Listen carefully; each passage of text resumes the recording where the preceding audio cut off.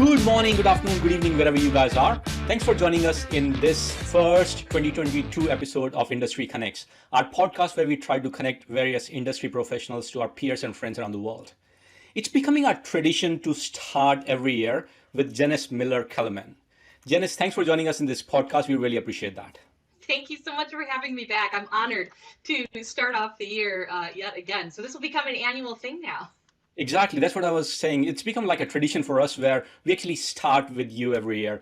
I reckon that's brilliant as well because it's the right time of the year to get you on and talk about some exciting stuff, which I have come to know that you have got some exciting stuff to talk to us about. Yes.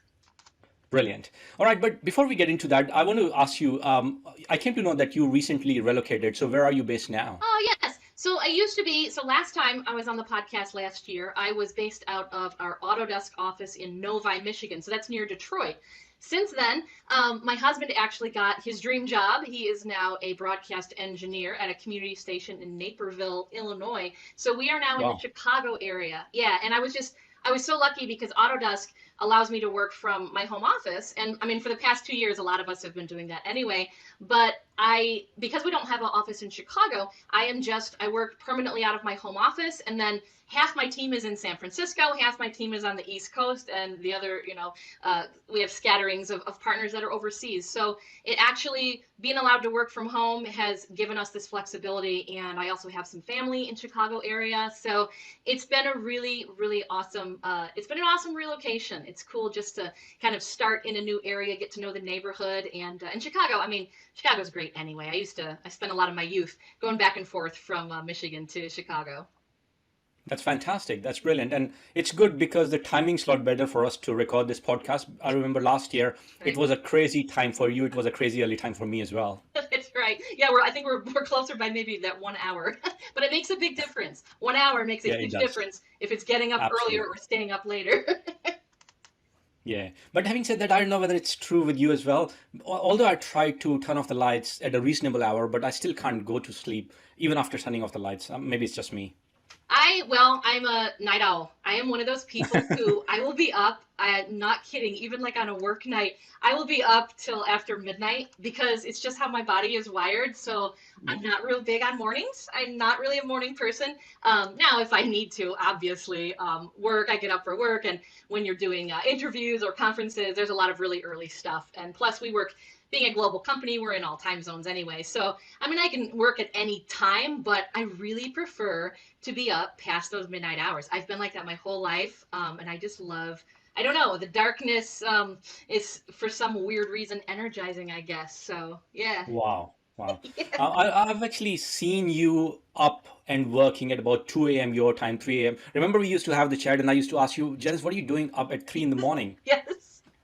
Yes, because our time zones are so different. But I'd be like, "Oh, hey, how's it going?" And there I would be. So yeah, if you got a project that needs doing, I sometimes will be up till 3 in the morning. Then on the days you don't, I mean, obviously, it's not sustainable if that's your entire day all the time. But it's like, I think most people, especially folks who would listen and watch this podcast, you've got those cycles, right? You've got those really, really hard deadlines and you're working real late, but then hopefully you've also got some downtime in between. So it's very cyclical at Autodesk too. Yeah. Yeah, well, a lot of feedback that I got last year for these podcasts was people were saying that they actually listen to this podcast on their run or on their walk or when they are, on their treadmill running and all that stuff. They just listen to this podcast, and it's not really work related, but it's also something that they can benefit from. So I hope that's the case this year as well. Yeah, I'm glad to hear that because sometimes you're like, well, if it's on video, it could be distracting, but I love the fact that it's not like we're showing slides or anything. If you're watching the video, it's just our friendly faces having a chat. So that's cool. I'm glad to hear that people actually get some value out of it. Yeah, absolutely. So obviously you've got quite a few cats. How are the cats doing with all the relocation and all? Yes, I think we talked about my cats last year too. So I've got three cats. I've got Toby, Ripley, and Newt, all named from nerd references from Aliens and Labyrinth. And these three fur kids, as I call them, they are loving the new house. We moved from a condo, a 2-bedroom condo, to an actual house, so our first house. And so just by that description, they have so much more space. and they just run up and down the stairs just constantly. So they're in much better health because they're getting more exercise. So they're all very happy. They're much For sure. happier. I should I should follow their lead and get more exercise because I haven't quite done that yet. Because here in the Midwest, it's winter time, so it's very, very cold. Like we've got snow on the ground and all of that. So we kind of, a lot of folks in the US, when it's really that cold, we tend to hibernate and like stay inside, which is bad because then you're not getting out and seeing people and exercising. But it's just really, really cold. So I need to take a hint from the cats and get some better exercise. But warm weather is right around the corner for us. So that we live That's in brilliant. the new neighborhood is really great. There's kayaking and a river just down the street I can put in. Oh, So cool. so that's going to be cool to actually get out and explore that new territory. Nice. Yeah. I'm not sure whether you can see this or not, but behind me is my treadmill because we had been doing so many calls and sitting on our backside most of the time. I got this treadmill, so whenever I get a chance, I jump on the treadmill. I could be on a call with work colleagues and I could be on the treadmill walking. It's a bit weird, but you got to do what you got to do. No, that's smart, man. Because for people, if you're watching the video of this, you can see behind me is a cat scratching post and a cat bed. So there's no behind me. So Deepak, you definitely have the right idea because you're a lot healthier, whereas my priorities are very cat focused. Well, yeah. All right. So, anybody who's got anything to do with AU already knows who Janice is. I personally call you the backbone of AU. But let's hear from you, Janice. What is your role at Autodesk? It's such an honor. That's why I love coming on this podcast with you because you really I take cash, by the way, I'm telling you. you inflate my ego, my friend. I don't know if I call myself the backbone, but I certainly am really, really passionate about the classes and content. So my official title, I know all of us at AU honestly do 10,000 things, but my official title is content manager for AU. And when we talk about content, we're really talking about what I deal with is the learning content. So what we'd almost call a traditional classes where you've got a Yep. presenter who's actually teaching something, whether it's teaching something technical or teaching something that's more about thought leadership or a case study or a workflow. So anything that's considered the traditional learning content. And I absolutely love it because I get to work with the speakers, obviously. And then we have a mentor program. So I know a lot of folks that will listen to this have hopefully either been a part of that, have been a benefit of that, or some folks like yourself are mentors. And so our AU mentors are really, really integral to the process. It's so awesome because the community is why I'm so passionate about learning content, not just at Autodesk University, but just in general. My background comes from education and technical, so from the media and entertainment space. So AU kind of takes those two, your education and then your industry knowledge, and puts those two together. So with our mentorship program, it's a wonderful speaker community, and then it also allows guidance for first-time speakers. And we'll talk about that in a Yeah, little so bit. what we're gonna do, sorry, what we're gonna do is we're gonna talk about mentorship program in detail soon. But I think to start with, without wasting too much time, I reckon I want to get straight into the call for proposal process because I hear that that's about to start, and I want to hear directly from you all about call I for love it. proposal. Thank you. Yeah. So the biggest thing to share, very, very excited, is that Autodesk University 2022 will return to an in-person conference. Yay! Right? Finally, after Right? these, what, 2 years, it's so So good. everybody has been asking for that. Attendees, speakers, Autodeskers, like everybody. And so that's the first thing to announce is it is going to return to an in-person experience. We're so excited about that. We've been online for Fantastic. the past 2 years, as you've known, and we also have dates. So it will take place the last week of September. This is from September 27th through 29th. So it's those traditional 3 days. That way you've got like a Monday travel Yep, day and a Friday travel day. So it's sandwiched in between there. And brilliant. the actual location, that's still being confirmed, but we do know it'll be in the United States, and the content will be presented in the English language. And then we'll be releasing more information as that goes once the location is officially confirmed and announced. What other type of language or translations or subtitles or however that's presented. That'll all come, in further announcements. So by the time this podcast publishes, your viewers or listeners should have received an email announcement about this if you've previously engaged with AU or if you've gone to AU in the past. Like I think it's like the past 3 or 5 years. And then if you haven't, make sure that you're on the Autodesk University mailing list by visiting the AU website. So that's www.autodesk.com and then slash Autodesk-University. So Autodesk University, there's a dash in between the two words. So we can put that if you've got info or comments on this podcast as well. That's just the standard Autodesk University website, and all the updates and new announcements and everything will be posted there. But that's the biggest announcement, is we are live and in person once again.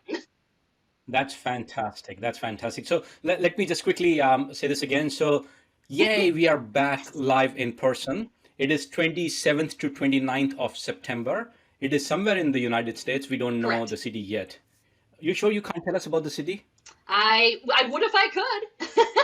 Oh, all right. Okay. All right. We trust you on that. We trust you on that. So, going back to call for proposal, obviously we got really excited and we got sidetracked about, this thing. But going back to call for proposal, tell us what call for proposal is all about and what are the proposal selection processes? Cool.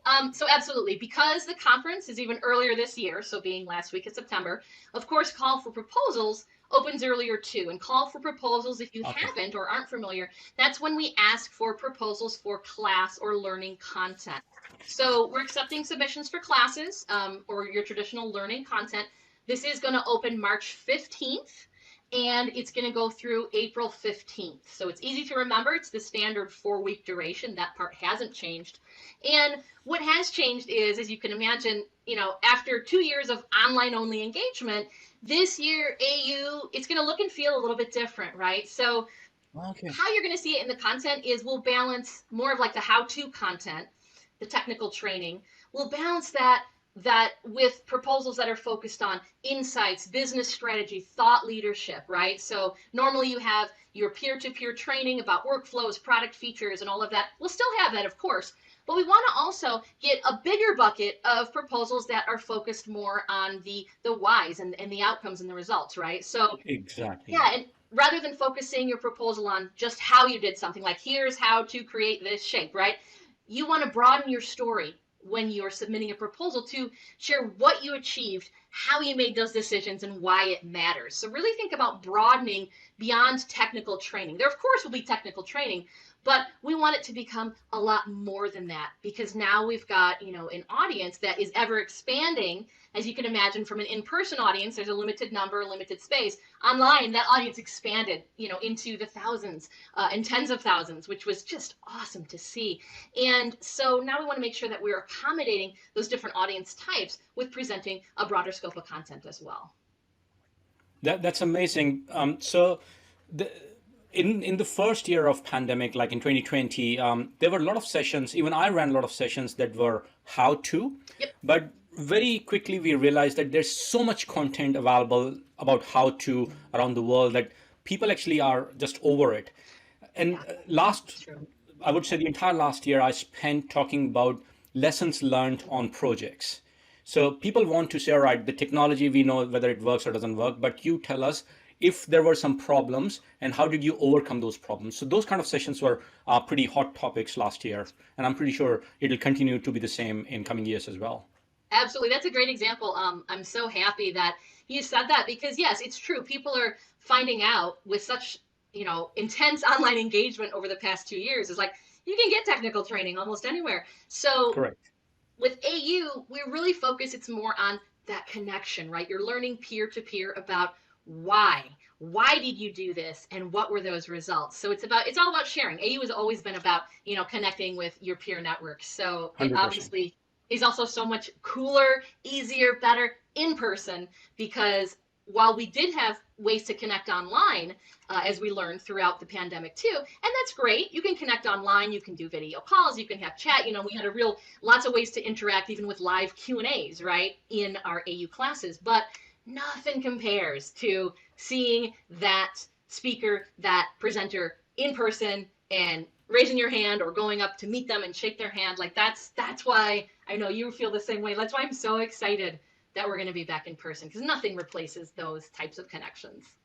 Yeah, networking was obviously learning was one of the top reasons of attending AU, but networking has to be right up there as well. I have made lifetime friends meeting people there at AU, so I'm Oh so yeah. excited to be back in person again. All right. So can you tell us anything about the proposal selection process? Everybody always wants to know that. Whatever You you got can it. I got officially. tips. I can share tips with you, Deepak, and your Yep. audience, of Okay. course. So Yep. we're really specifically looking for content, again, sharing how are you advancing practice in your field. Sustainability is always a big one. How are you driving greater sustainability in your projects?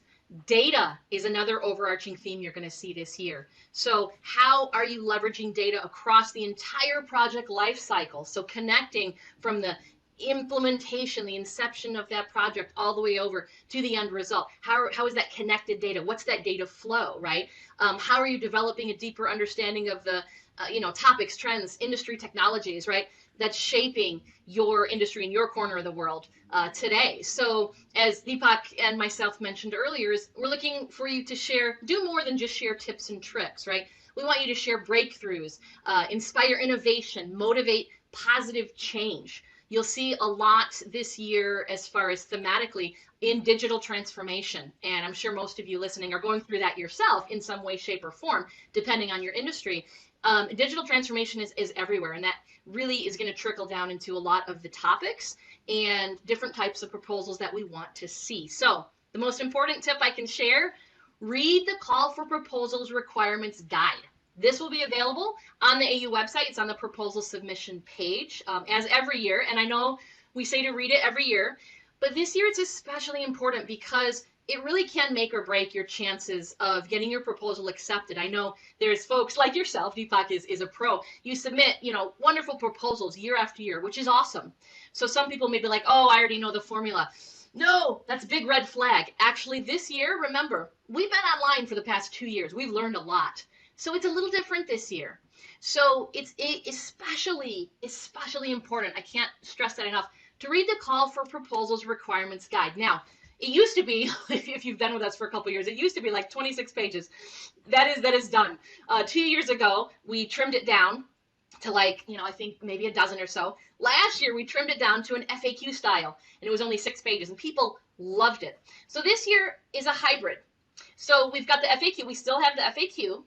But then what we did was we drilled down just a little bit more into detail on what each industry, is emphasizing. What are the topics and themes we really want to see instead of just giving you, hey, here's all the cool topics. No, we're going to say, hey, if you are in the AEC industry or specifically construction, are you in the design and manufacturing industry? Are you media and entertainment? Whatever you fall into, we've actually now got a kind of a little blurb of details on what are the main themes. And then what we did is we continued that kind of Q&A format is we posed questions of, how are you increasing sustainability in your practice? What are the results you're seeing? How are you reducing carbon emissions?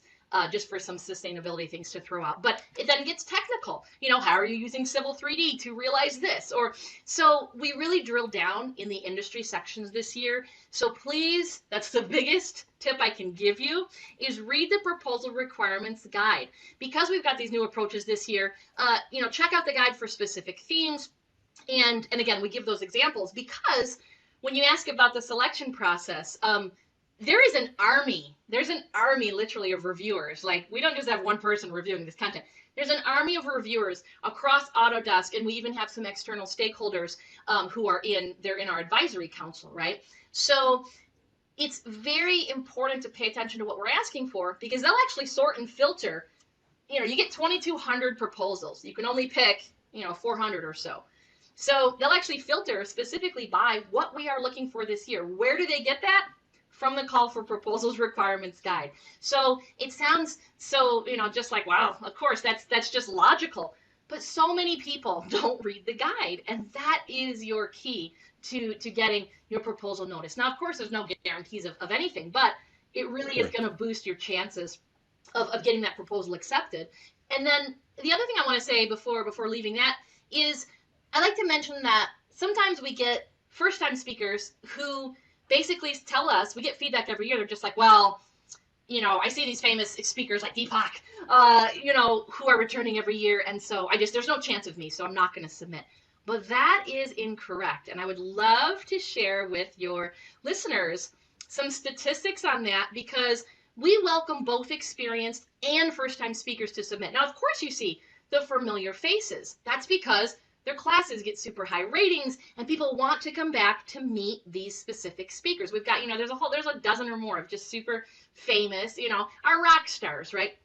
And we love these folks across the board. So for first-time speakers, though, we offer a strong mentorship program. I know we mentioned that a little bit earlier. We have training resources to support you. We have now a community forum to support you of your peers and guidance. And so what I wanted to share with you number-wise was very proud of last year. It's worth noting more than half, it was 54% of the 2021 class award winners were first-time speakers. Yes. So we do take great care when we're in that selection process. It's not just about topics and themes. We want to balance new voices with experienced ones and also balance the types of content that, we want to make sure that every different audience type or audience member we have has a good experience throughout every day at AU. So if you're on the fence about submitting, if you've never done it before, my advice, do it. 54% won awards, not just submitted, but actually won awards. And that's huge because it shows you it's not just the rock star speakers that you always see. Okay, so first time speakers, submit. We got great mentors, and Deepak is one of them. So this, I think, is a good time to actually talk about the mentorship program. You've mentioned it a few times, but I think if you could talk about that a bit more in detail as to what the mentorship program is and who is it meant for. That's great. Our mentorship program, we're very proud of it because we've built it over, we're probably going over maybe 7 years now. Yep. We started with Matt Murphy, who is one of our rock stars. He's been speaking at AU since CAD Camp, so literally since its inception. And so what we do is we go ahead and seek out, it's by invitation, mentors of rock stars we know who have been speaking at AU for over 5 years, and many of them over 10, 15, 20 years even. And so our mentors really are folks that have been in your shoes. They've all been first-time speakers. We don't have mentors that have never spoken. Everyone has to have spoken at AU. And we put together this network of mentors. There's usually about 30 every year, and we try to get a global representation.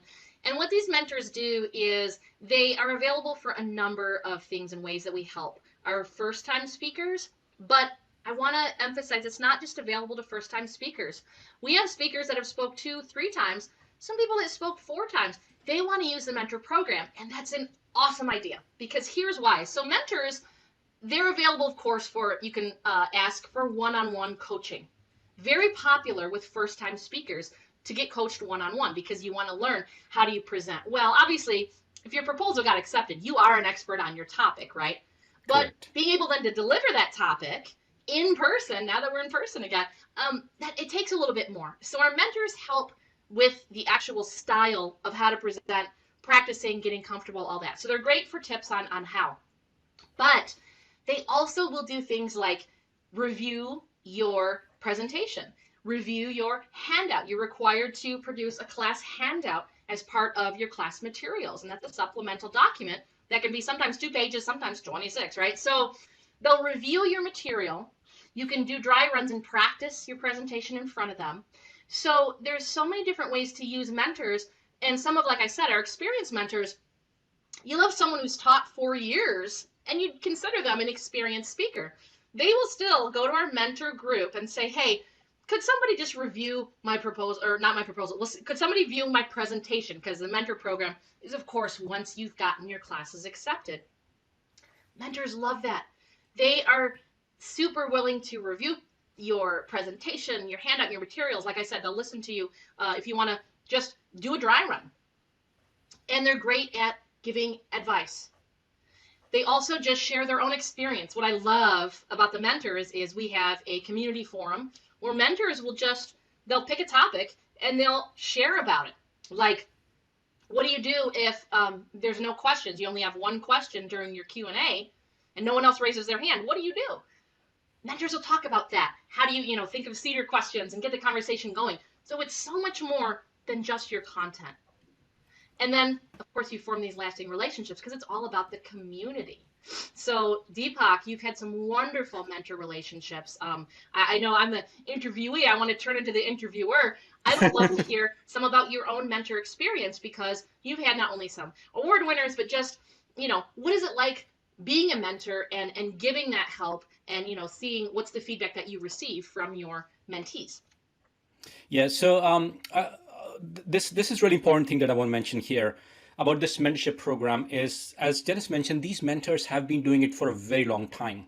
Now, as a first-time speaker, especially when we are technical people, and pretty much all the presenters are going to be technical, we want to actually add so much technical content in those 60 minutes class or 90 minutes class we used to have, that it is just mind-boggling.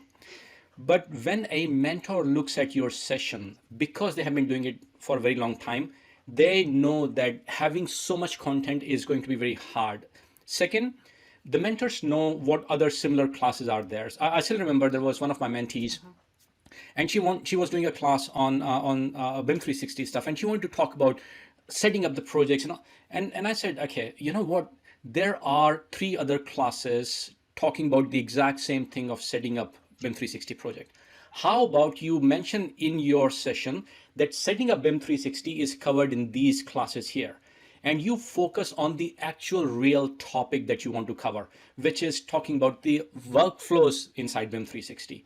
So that's one of the best things that the mentors are able to do. Basically, your content is always fantastic. As you mentioned, if you have been selected to speak at AU, you are an expert in your field already. But the mentors would help you fine tune your presentations so you are not just going overboard, which, as I said, technical people just love, cramping so much Yes. technical stuff in the sessions. So that's the best part of having a mentor, because they can then help you fine tune those things and avoid things that have been covered in other sessions. Yep. And again, not just for first time speakers. We have speakers of all levels who utilize our mentor program. So I always love seeing that it's not just, oh, help me get over my nerves. It's so Yeah, much more yeah, than that. But they also can help you get over your nerves, but it's way more. 100%. It's way more than that. Yeah, Yep. It's all the insights and really taking advantage of the experience, of the years and years of experience that all of our speaker mentors have had. Many of yeah, them are still very active speakers, and then many of them are actually retired, and they do this purely out of passion because they love exactly. Yeah, what they do, and they want to see the next generation of speakers, coming up and becoming rock stars. You can become a rock star just like that. Our mentors are not yeah, paid.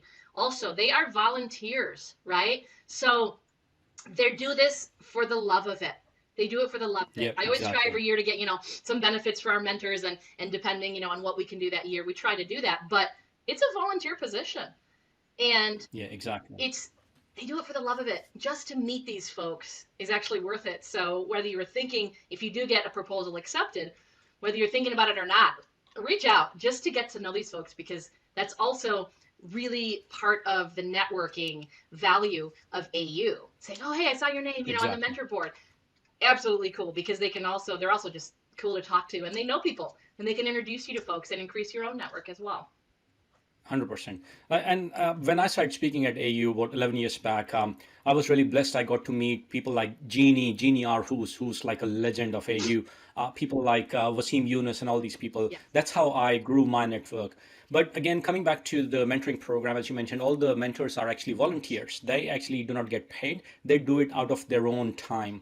And again, people like Michelle Rasmussen, people like Paul Munford, all these are Autodeskers who have got a full-time job, but they still take time out of their own personal time to actually help their mentees. And I reckon these people have had more than 30, 40 mentees over the years. I'm pretty sure Oh yeah. I've had over 30 mentees over the years as well. So yes, if you are a first-time speaker, please do not hesitate to put in the proposal. There are a lot of resources available for you to utilize, including one-on-one mentorship program. All right, so just moving forward, are there any new class types this year, Janice? Yes, yes, yes. Very astute. So you heard me mention earlier is that because we are making some changes to AU now that we've got 2 years online under our belt, coming back in person, got some new audiences. So we're accepting proposals this year for 6 class types. And again, remember, this is for the learning content. There's other types like theater talks and meetups and keynotes and all that. We're talking for the classes that are really what the call for Sure. proposal is all about. So that learning content. So there's 6 types. We even have one new format this year, and then there's a couple that have been renamed for Okay. alignment, with our in-person conference and some of those new audience types that you'll see. So we start with the industry talk. That one is standard. Folks who have been with AU for a while know that industry talk is one of the old standards. And so an industry talk, this is a lecture format, and you really see things like thought leadership, industry insights, new perspectives on innovation. Here, speakers, you're not providing in-depth product demos or workflows or things like that. This is more for, again, those when we were talking about the hows versus the whys, right? What was the result? Why did you make this decision? That's what the industry talk is all about. Those are very popular and probably, a very large volume percentage of our classes that actually get selected. The new person coming on the stage is the case study this year. So case study, Oh, there's always been case studies that are submitted, all of them. Case studies, customer stories, depending on what you want to call that. That's always been a subset of the industry talk. So in our industry talk right. description, again, all of these that I'm saying, by the way, are in the call for proposals requirements guide, of course. So we've got all the specifics. If you're confused about what type to pick, go to that guide. We've got all the descriptions. So case studies used to actually be a subset of industry talk. We'd say, hey, if you have a case study, submit it under the industry talk category. We've now pulled these out. And the case study is a presentation. It's of usually it's a specific project from inception through completion. And you're really spotlighting Yep. here the challenges you faced, the solutions you chose, and the outcome. We talked about outcomes earlier, right? So share what you achieved, Yep. how you made the decision, and why it matters. Again, a lot of you might be going, oh, well, that I gave an industry talk that basically was a case study. That's awesome. Only now you'll submit it under an actual case study. So now it's different from the industry talk because it's about that specific Yep. project and result. Okay, so there's the case study. We then have a new type called technical instruction. Now, this actually formally was called the instructional demo. So some of these, again, are renamed Yes. just to make them clearer for our audiences. So technical instruction, that's an easy one because it's skills-based, right? Skills-based instructional format. Yeah, So go ahead. yeah. So just to make sure I get it right, the session that used to be instructional demo is now technical Correct. Yep. instructions. And so you're still going to Brilliant. see the skills-based instructional format. It's showcasing. This is where you showcase your workflows, your processes, your tips and tricks. There's some tips and tricks classes that Yep. are very popular that can help other professionals improve. So your technical instruction is all skills-based, just like the former name, Yep. which was instructional demo. The reason we renamed it is because Yep. we wanted to get a little more, again, clearer separation because we now have another content type 100%. called product demo. So people who have Oh, been in AU, have been interacting with AU for a long time, as well as yourself, will remember the content type called Autodesk Product Briefing, right? So people like Autodesk Product yes. Briefing, okay, Yep. cool. So that was taught by Autodesk employees, and it was usually about product Yep. roadmaps, new features, things like that. However, over the years, our employees would consistently bring in like partners or sponsors to teach these. And so the lines kind of got blurred. So instead of Yep. making 2 different content types, we basically took the product briefing and made it into the product demo category. So this is an opportunity really for Autodesk employees, but also includes partners, sponsors, and other experts. Usually it's going to be within, our partner base and sponsor base. This is still going to be used to share updates, roadmaps, insider views of product development efforts. And this way it becomes a little more inclusive because a lot of our sponsors, they really were demoing, whether they had a plugin or, something that worked with Autodesk products. But a lot of times they'd submit under an instructional demo. And then folks would say, hey, this was more of a here's what we're doing instead of a here's how to do it. So this will then clarify that and really open up that category for greater understanding for attendees. It's really, we renamed these all to set expectations, right? So it'll be easier for our speakers or our Yep. submitters to Yep. select what type, and then it'll be easier for our attendees to not be caught off guard and be like, oh, I thought this was something else. So that's why we're very, very happy about that. So that's the product demo. Again, it was formerly Autodesk Product Briefing. Then we have 2 return, what do you want to call it, content types or return class types. The panel. Of course, everyone loves the panel. This is unchanged. It's a conversational format. There's usually 3 to 5 experts. It's, again, that's a flexible number, but it's about 3 to 5 experts. It's a panel of folks that's facilitated by the speaker. The speaker is more of the host, right? That showcases multiple viewpoints and insights on an industry topic. We have, great panels on diversity and inclusion last year. Those always are super popular. Different tech trends. Getting a panel of folks that are talking about what they're doing in their own company. So panel, that's unchanged. And also roundtables. I love roundtables because the past 2 years, they kind of went away. So when we were online only, in 2020, we did have roundtables, but we only had like a dozen of them.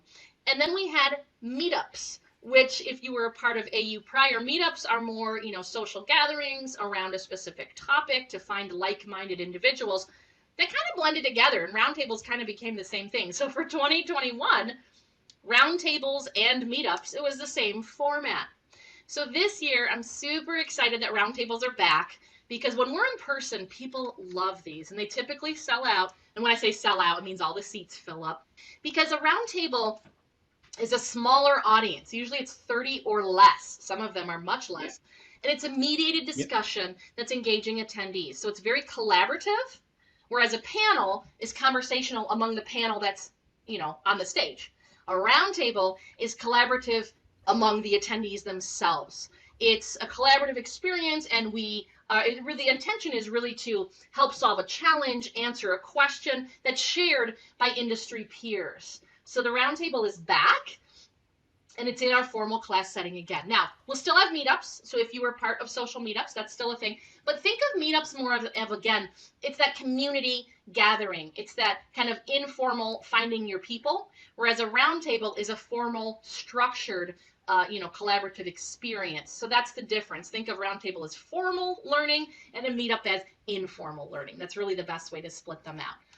And then, one last thing to note is hands-on labs. Those will not be offered in 2022, and this is due to health and safety concerns, just because, we don't know where the pandemic will be at that point. We're hoping, as the patterns have showed, that, the pandemic is dying down, but we're still not in the clear, right? So because of health and safety concerns, this year we're not doing hands-on labs, because if you've ever been a part of a hands-on lab, you'll know that there's 2 people to 1 computer, and then you'd have to do sanitizing in between and with the keys, and how exactly do you do that? You can't just blast it all, right? So we won't have hands-on labs this year. However, we are reviewing how to do them, for years to come. So they're not completely gone. It's just you won't see them this year. So you used the word pandemic twice. That's $2 in the jar for beer. That's fantastic. Remember that from last year? We were not supposed to use the word pandemic or COVID or whatever. Right. Can I say? You could have used situation, but you used pandemic, so that's $2 in the jar. $2 in the jar. Okay, I'm gonna have to owe that to you because we will see each other in person. So I owe everyone who's listening. I owe Deepak $2. Yeah, this is actually really fantastic, because I know in the past, especially I've had some mentees that would come to me and say, oh, I actually submitted an industry talk, but my class type is now changed to industrial demo. And that's because there used to be a really fine line between what is an industrial talk and industrial demo or instructional demo. So I'm glad that you have made it very clear this time. But again, this goes back to what you mentioned earlier. Please read the CFP guide, call for proposal guide. And tell me this. So I remember last year, Paul Munford did a little video about call for proposal guide. That was really handy. So instead of people just thinking whether to go to the guide or not, they actually watched the video. That made a lot of sense, and then it also helped them understand the CFP a bit better. So maybe we could do a video like that again this year, where we could tell people what to expect. As they always say, when you're listening to someone or watching someone talk about it, it makes more sense rather than reading through 6. Even though there are 6 pages, but there are still 6 pages. Very true. Yeah, and we're also thinking about doing. We're looking at how might we engage our audiences about the call for proposals. For example, last year we did a AMA, an Ask Me Anything, on Twitter, where we had folks, they were able to tweet in with a hashtag questions about the call for proposals. A lot of questions on, some of the stuff that I've shared here today.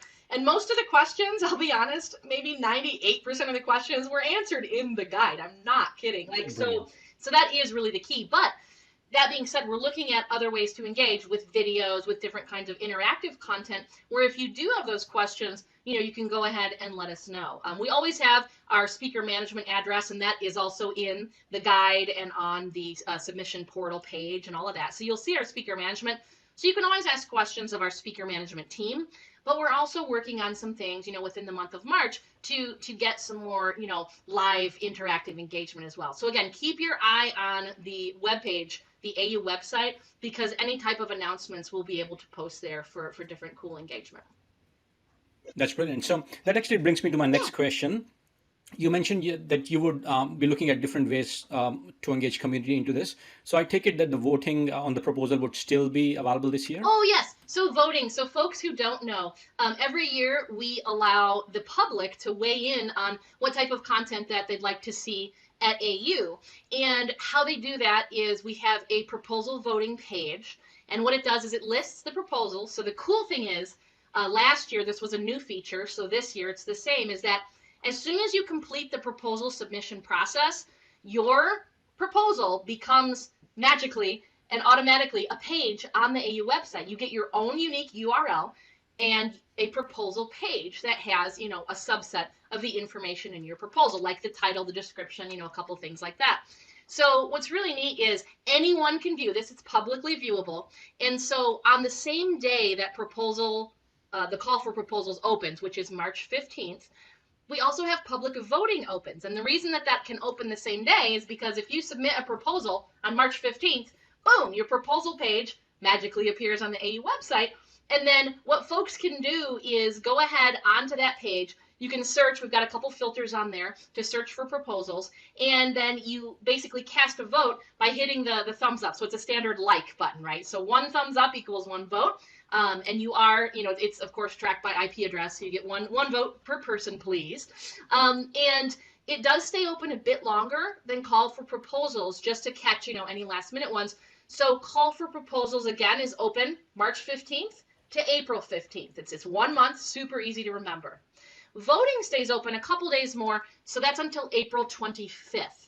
These dates again will all be on the call for proposals page, so you don't have to write them down. But as soon as you see them, mark that on your calendar, because after that, the page will actually close, the little thumbs will go away, and you won't be able to vote anymore. So the big note here is the sooner you submit your proposal, of course, this is just common sense, right? The more votes you can accrue. Every year, never fail.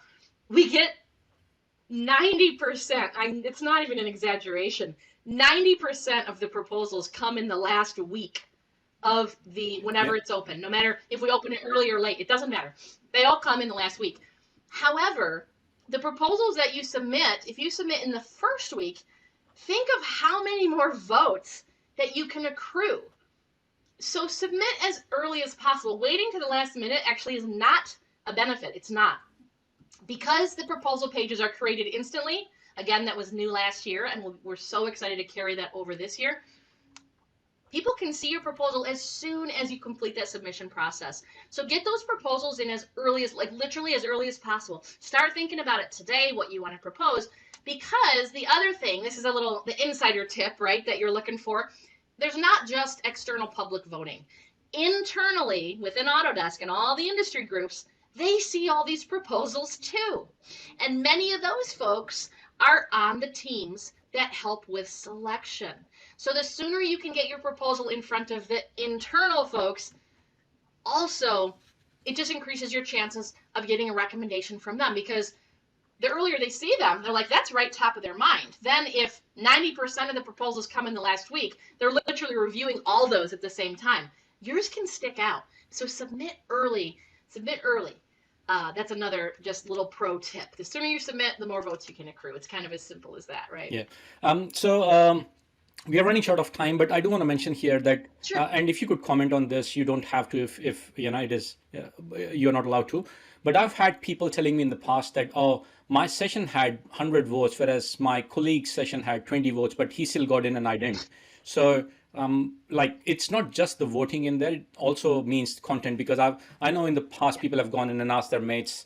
There's nothing wrong in it, posting on LinkedIn and asking your mates to go and and vote for it. There's nothing wrong in it. That's how the thing is. But it's not just the voting there. There's also other criteria involved in getting a session selected.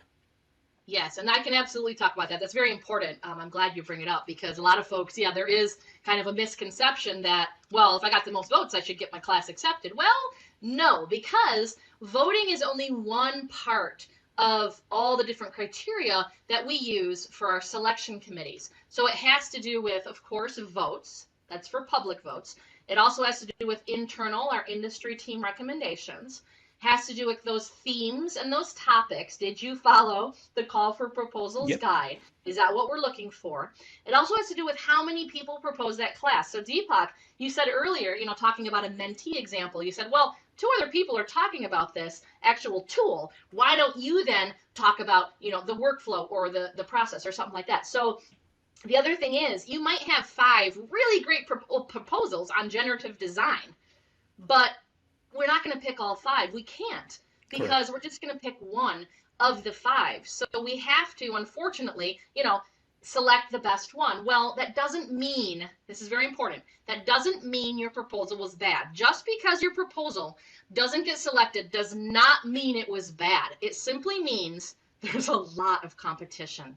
So Kurt Moreno, one of our Rockstar speakers, wrote this wonderful blog post, and we always link it every year to folks in our blog because it's so helpful because it talks about he now, is a rock star speaker and he's got his own company, the whole deal, but he got rejected like the first 5 years. It's astronomical. He got rejected years and years and years in a row, but he did not give up. And then once he got approved, he all of a sudden started building that network, that community.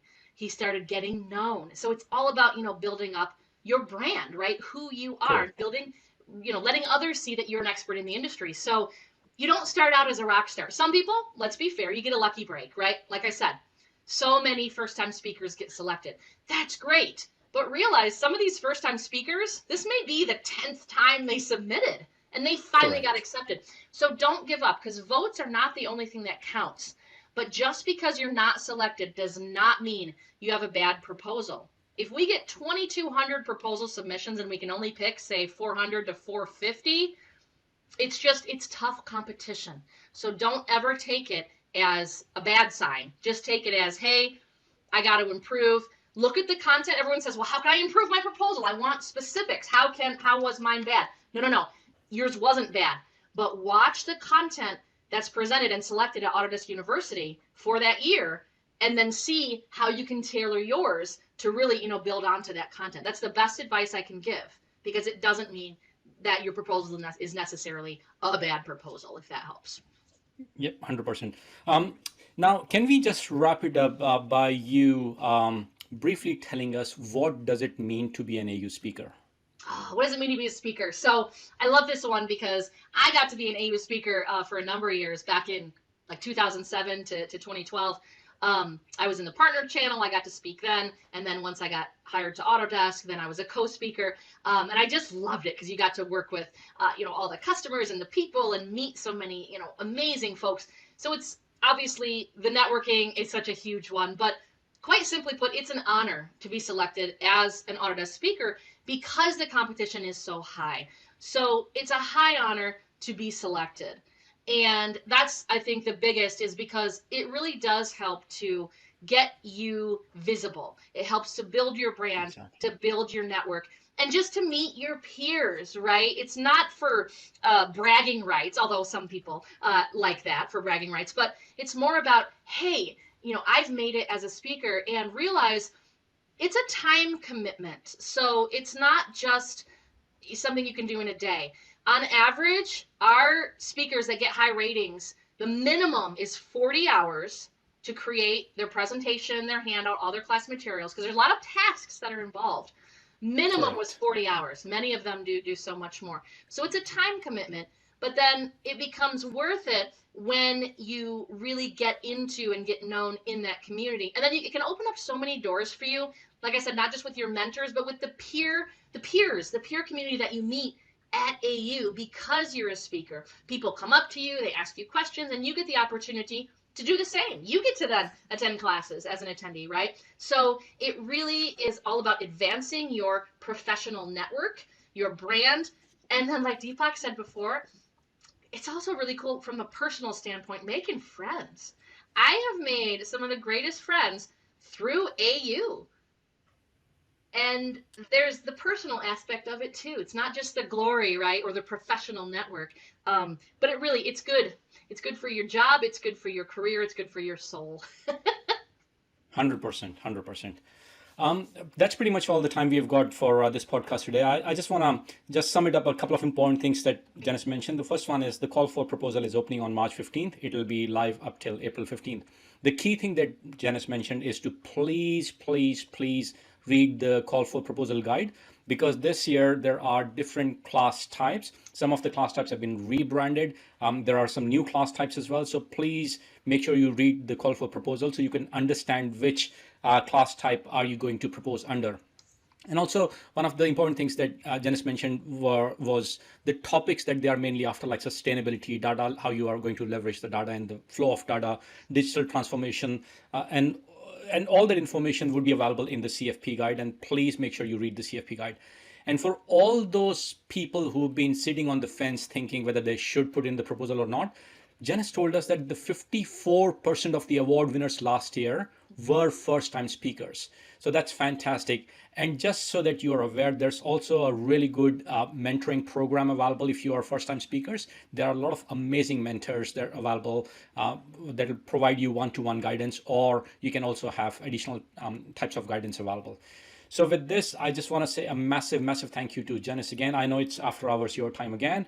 Thanks for coming on this podcast. This is becoming a tradition for us. We're going to start, hopefully, keeping fingers crossed. Every year, we want to start with Janice as the first guest on our IndustryConnex podcast. So thanks, Janice, for joining us on this year's first podcast. Thank you, Deepak. I'm so honored. That really makes me feel wonderful to be a part of the inaugural podcast and now our traditional podcast.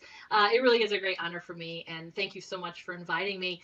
And then, again, you've summarized it absolutely perfectly. And if you want the final call to action, is keep your eyes glued to the AU website. Again, it's super simple: www.autodesk.com/Autodesk-University. Of course, if you put it in Google, it'll come right up.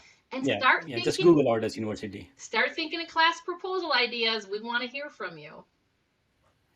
Yes, absolutely. And thanks again, Janice. Hopefully, we'll see you in person soon. Yes, for sure. All right. Have a good one. Cheers. Thank you. Thank you so much.